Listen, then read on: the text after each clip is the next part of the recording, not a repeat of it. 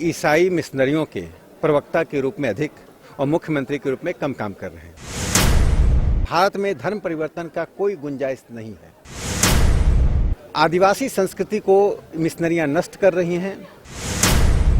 मुख्यमंत्री जब बोलते हैं कि जीरो टॉलरेंस फॉर करप्शन, तो मुझे लगता है बोलते हैं जीरो टॉलरेंस फॉर नहीं करप्शन।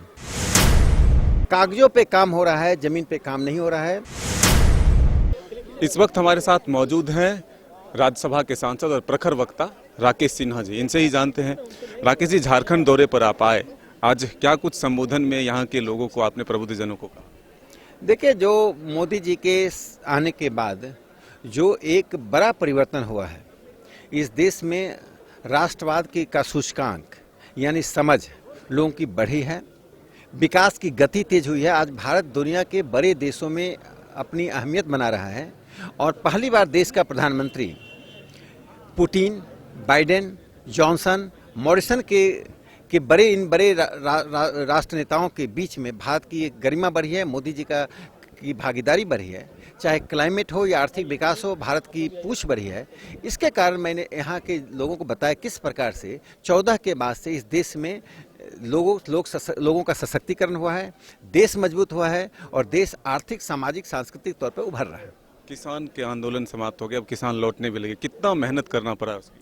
देखिए, प्रधानमंत्री मोदी जी हमेशा ही सबका साथ, सबका विश्वास में काम करते हैं। उसी आधार पर हम काम कर रहे हैं कि जो वर्तमान मुख्यमंत्री हैं वे ईसाई मिशनरियों के प्रवक्ता के रूप में अधिक और मुख्यमंत्री के रूप में कम काम कर रहे हैं। जिस प्रकार उनके मंचों पे जाकर उनका गुणगान कर रहे हैं, इस प्रकार वे मिशनरी के उन बाहर के पैसे से भारत के लोगों का, गरीब आदिवासियों के धर्म परिवर्तन को अप्रत्यक्ष रूप से समर्थन देना, ये संविधान भारत की संस्कृति के प्रतिकूल है। आदिवासी संस्कृति को मिशनरियां नष्ट कर रही हैं। उनकी जो अपनी परंपराएं हैं, अपनी पूर्वज हैं, उनसे दूर कर रहे हैं। स्थानीयता से उन्हें मिटा रही हैं। इससे मिशनरियों को धर्म परिवर्तन रोकना चाहिए और धर्म परिवर्तन से का रास्ता बंद करना चाहिए। भारत में धर्म परिवर्तन का कोई गुंजाइश नहीं है। धर्म परिवर्तन एक व्यक्तिगत चीज़ है। कोई व्यक्ति किसी आध्यात्मिक कारणों से होता है, यहाँ धर्म परिवर्तन भौतिक कारणों से लोभ देकर, अवसर पैदा करके करने की कोशिश होती है। इसको रोकना चाहिए। लेकिन जो मेरा सबसे बड़ा सवाल है कि झारखंड में कला संस्कृति का जो विकास होना चाहिए, यहाँ की पेंटिंग, यहाँ के नृत्य, वे सभी विकास सिर्फ मुख्यमंत्रियों के भाषण में होता है। वे छत्तीसगढ़ में जाकर तो नृत्य समारोह का उद्घाटन करने जाते हैं, लेकिन स्वयं झारखंड में कितने नृत्य करने वाले लोगों को, नृत्य की परंपराओं को, आदिवासी की नृत्य की शैली, पेंटिंग की शैली, कला की शैली को प्रोत्साहित कर रहे हैं। कागजों पे काम हो रहा है, जमीन पे काम नहीं हो रहा है। मुख्यमंत्री को इस राज्य में विकास करने की जो अवसर हैं उसका लाभ उठाना चाहिए। 5 वर्षों के लिए सत्ता मिलती है तो व्यवस्था में परिवर्तन आना चाहिए। भ्रष्टाचार अपनी चरम पर है। मुख्यमंत्री जब बोलते हैं कि जीरो टॉलरेंस फॉर करप्शन, तो मुझे लगता है बोलते हैं जीरो टॉलरेंस फॉर नहीं करप्शन। जो करप्शन नहीं करता उसके लिए जीरो टॉलरेंस है। करप्शन करने वालों को तो यहाँ अवसर मिल रहा है। इससे मुझे लगता है कि इस राज्य में सांस्कृतिक विकास की जो संभावनाएं हैं उसको मारा जा रहा है। आर्थिक विकास को भी अपदस्त किया जा रहा है। शासनकाल में ज्यादा आरोप लगता रहा था कि मॉब लिंचिंग सबसे ज्यादा इसी में हो रहा है। देखिए, जो घटनाएं घट रही हैं, पहले मुख्यमंत्री जी जवाब दें। इस राज्य की आर्थिक विकास, राज्य के 75% लोग कृषि पर निर्भर करते हैं। मात्र 24% भूमि पर कृषि होता है। वो बताएं कि किस आदिवासियों के कृषि को आगे बढ़ाने के लिए वे क्या कर रहे हैं। 2 साल के शासन में उन्होंने कौन सा ऐसा काम किया है जिससे आदिवासियों की जिंदगी में परिवर्तन आया है। केंद्र की योजनाओं के सहारे आज राज्य जी रही है। राज्य के पास न दृष्टि है, न योजना है।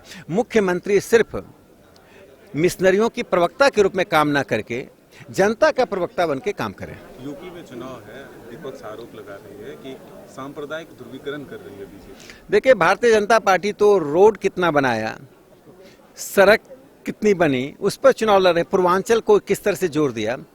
गोरखपुर एक्सप्रेस देख लीजिए, गंगा एक्सप्रेस देख लीजिए। उत्तर प्रदेश में अब निवेशक जाने लगे हैं, चूंकि वहाँ अंसारी राज्य नहीं, संविधान का राज्य चल रहा है। पहले टैक्स के कई संरचनाएं थे, टैक्स लेने वाले, वो सब जेल के अंदर हैं। अपराधी जेल से बेल लेने के लिए तैयार नहीं होता है।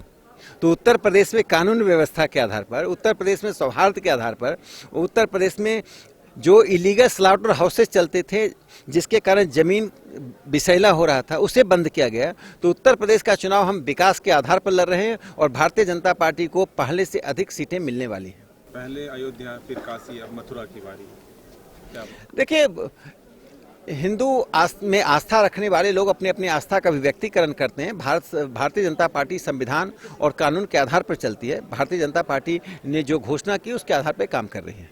तो ये थे राकेश सिन्हा जी, जिनका साफ तौर पर कहना है कि हमारी सरकार सबका साथ सबका विकास के साथ काम करती है और इसी लक्ष्य के साथ हम लोग आगे बढ़ते हैं। अपने सहयोगी विकास के साथ मदन सिंह, न्यूज़ बाइस्कोप, रांची।